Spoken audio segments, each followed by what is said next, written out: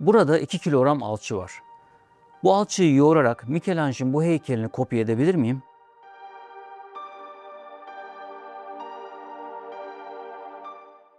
Alçıdan bunu kopya edebilmek bile kolay değil. Peki bu alçı milyonlarca, milyarlarca yıl karıştırılsa ortaya böyle bir heykel çıkma ihtimali var mı? Bu bir sanat eseri. 250 gram alçıdan oluşuyor. Malzemesi basit. Alçı.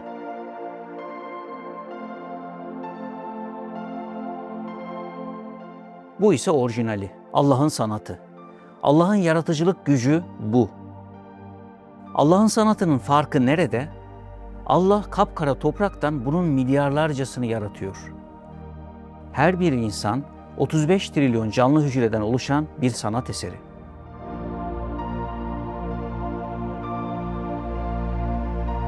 İnsanın bir de ruhu var. Ruh metafizik bir varlık olduğundan onu gözlerimizle göremiyoruz. İnsan bedeni doğuştan bir sanat eseri olarak doğar. Ama ruh öyle değil. Ruh dünyaya ham olarak gelir. Sonradan bir sanat eserine dönüşebilir. Her insanın ruhu farklı birer maden gibidir. Bu madenler işlenmemiştir. Kimi insan altın cevheri olarak doğar, kimisi bakır, kimisi gümüş, kimisi bronz. Her biri farklıdır. İnsanın ruh cevherinin sanat eserine dönüşmesi insana bağlı. İnsan ruhunu Allah'ın terbiye ediciliğine teslim edebilirse ruhu bir sanat eserine dönebilir. Bir örnekle ilerleyelim. Sizin çok iyi bir mermer sütununuz olsa, bunu bir heykeltıraşa verip iyi bir heykel yaptırmayı düşünseniz ne yaparsınız? Diyelim ki zamanda geri giderek Michelangelo'nun yanına gittim. Benim için bu mermerden bir heykel yapar mısın? Olur, yapayım. Ücret? Hayır, ücret istemiyorum.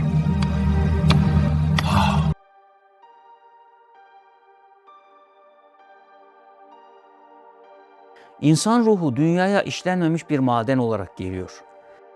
En değersiz maden bile işlendiğinde fevkalade sanat değerine ulaşabilir. Diyelim ki insan basit bir ağaç kütüğü olsun. Bunu İngiliz ahşap sanatçısı Girling Gibson'a versem. Bu kütükten benim için bir sanat eseri yapar mısın? Sen benim arkadaşımsın. Senin için bedavaya yapar.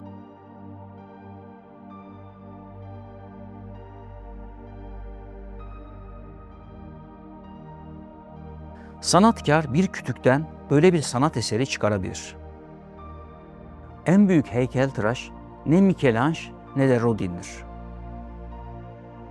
Allah toprak bir malzemeden canlı heykeller yaratıyor. Allah aynı zamanda ruhların da heykeltıraşıdır. Eğer ruhumuzu Allah'ın terbiye ediciliğine teslim edebilirsek, ücretsiz olarak eşsiz bir sanat eseri haline gelebiliriz.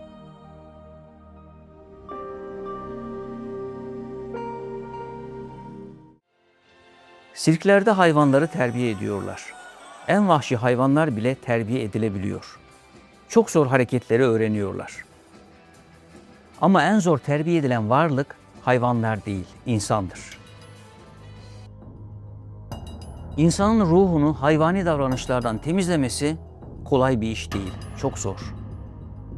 Kibir, hırs, haset, kıskançlık, intikam, düşmanlık, nefret. Bunların her biri ruhumuza musallat olmuş birer virüs.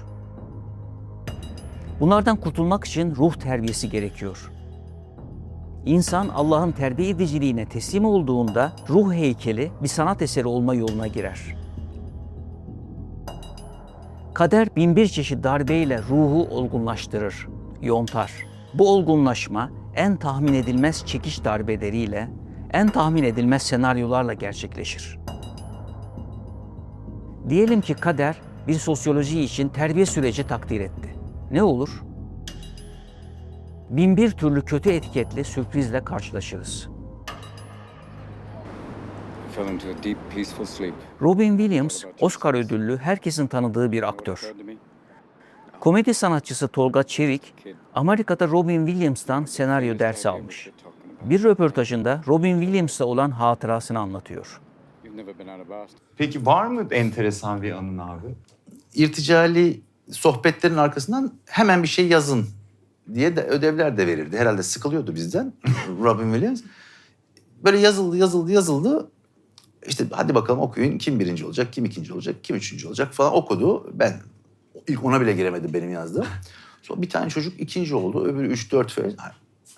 İyi güzel bunlar, güzel falan dedi. Birinci kim dedik?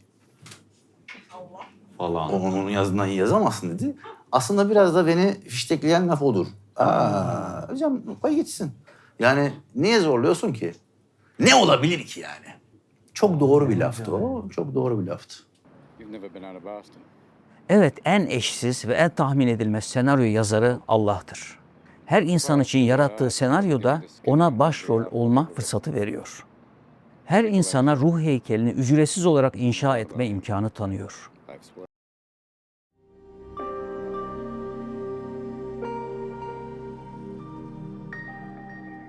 Dünya senaryosu daha sakin, daha acısız, daha kansız olaylarla gerçekleşemez miydi?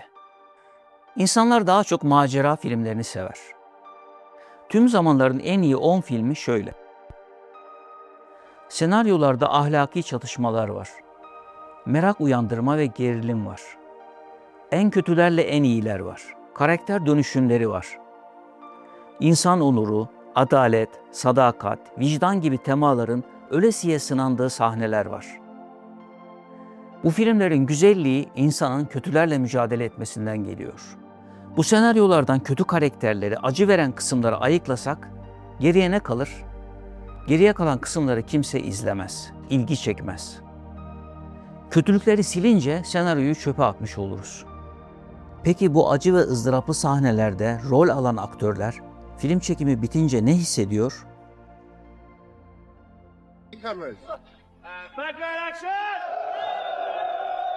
That process. Everything. They did send me a memo asking me not to play in the soccer game. So I sent a memo back. This wasn't difficult, it was enjoyable.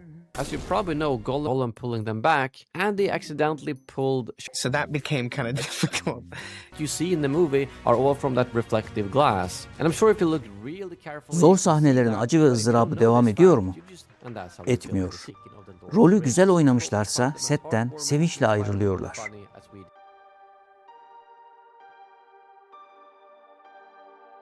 Dünya hayatının bir film setinden farkı yok. Her insan başrolünde olduğu filmin setinde yaşıyor. Film çekimi bitince ölmüş oluyoruz. Acı ve ızdıraplar geçici. Bir aktörün film setinden ayrıldığı gibi dünya hayatından ayrılıyoruz. Tüm kötülükler suya yazılan yazılardan öteye geçmiyor.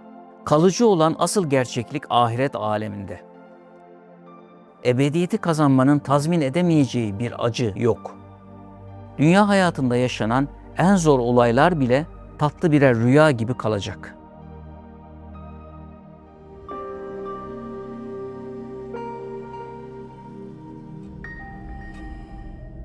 Allah kimin iyi, kimin kötü olduğunu biliyor. Peki o zaman niçin direkt cennette veya cehennemde yaratılmadık? Allah tabii ki kimin iyi, kimin kötü olduğunu biliyor.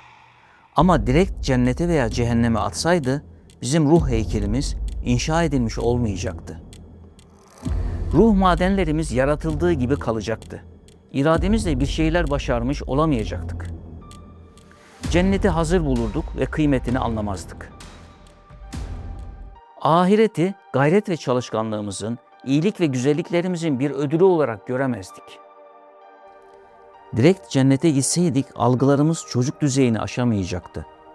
Algılarımız 9-10 yaşında bir çocuğun cennete gitmesi gibi olacaktı. O nedenle Allah kötülüklere niçin müdahale etmiyor demek, insanlar olgunlaşmasın demek.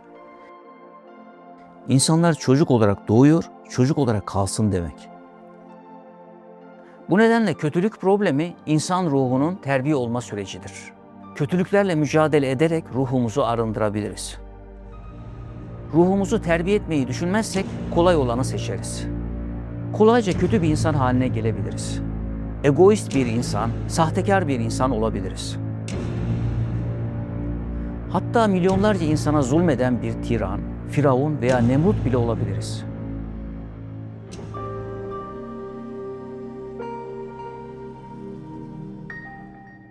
Dünyada başımıza gelenlerin sonsuz bir hayatla karşılaştırılması biraz şuna benziyor. Bir Marslı dünyaya gelse, bir sağlık ocağını pencereden izlese, kızamık aşısı olan çocukları görse. Bu çocukları kurtarmalıyım. Anneleri onlara ihanet ediyor. Masum çocuklara zorla işkence ediyorlar.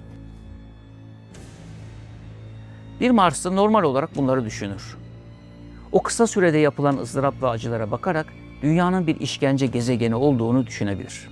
Oysa kızamık aşısı 3-5 dakika acı verir ama bizi hayat boyu bazı hastalıklardan korur.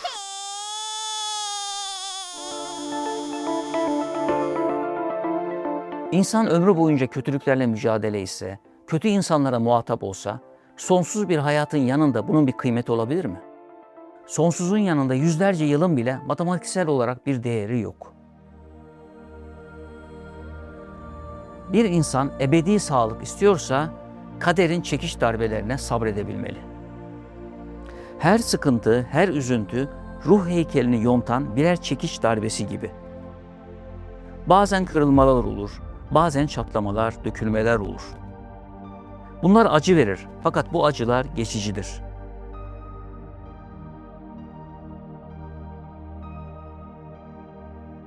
İnsan sabretmeyi başarırsa sonunda muhteşem bir sanat eseri, eşsiz bir ruh heykeli olarak dünyadan ayrılabilir.